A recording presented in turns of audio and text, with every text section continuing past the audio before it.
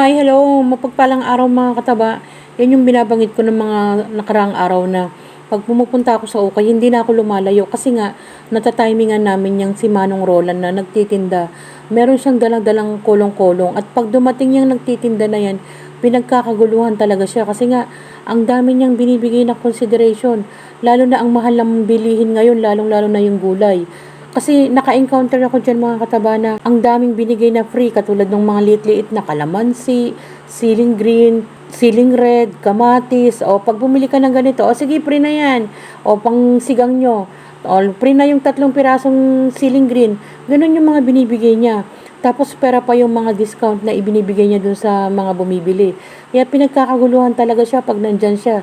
Ang ginawa niya, yung mga paninda niya yan na nakalagay dun sa malaki niyang kolong-kolong, inilatag niya na dyan sa ibaba para nga ma-entertain niya yung mga bumibili. Kasi sa dami ng bumibili mga kataba, hindi na siya magkanda o gaga.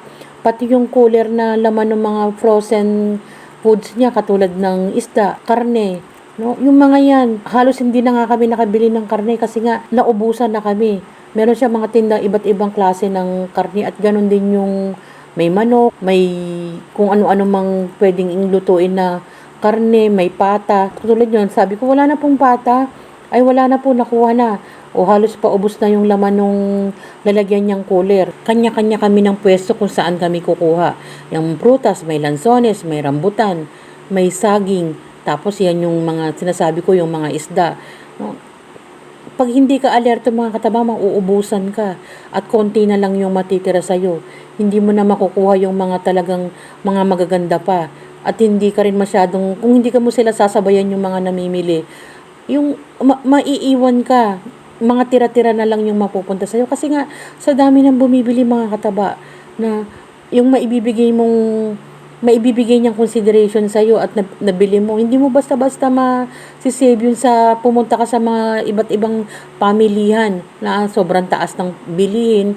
Magpapasalamat ka sa mga katulad nilang nagtitinda na ang daming binibigay na konsiderasyon, ang daming binibigay na discount. Kaya masisiyahan kang mamili kahit nga mataas ang bilihin pag naka-encounter ka ng mga ganyang nagtitinda. Masisiyahan ka, tsatsagain mo lang mamili. Yan, namimili ako ng isda.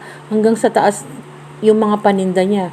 Although binawasan nga niya kasi nga sa sobrang dami ng bumibili, kailangan makita niya kung sino yung mga bumibili at ini-entertain niya isa-isa.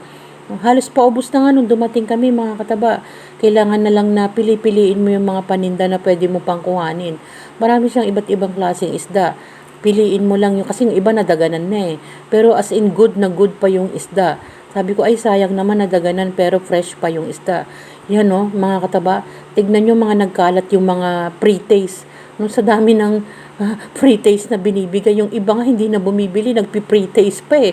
Sabi ko, mabait talaga yung nagtitinda. Siguro kasi nga, sa dami ng bumibili, iniisip niya na lang na kikita na rin siya dyan kahit na marami nang nag-free taste dun sa paninda niya. Kasi ang daming nagkalat ng balat ng langsones, balat ng rambutan. Nakikita namin sa flooring mga kataba na nag-i-enjoy din yung mga nagpi-free taste. Na busy yung nagtitinda at sila naman ay nagpi-free taste. Pero mga kataba, in fairness naman dun sa nagtitinda, napakabait talaga, napaka-generous na.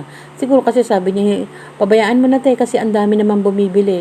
Yung parang sinishare niya na rin yung blessing na marami siyang parokyano. Yan, halos konti na lang yung natira mga kataba. At salamat talaga sa mga katulad nilang nagtitinda na makonsidera masyado. Salamat uli! More blessings, Mang Roland!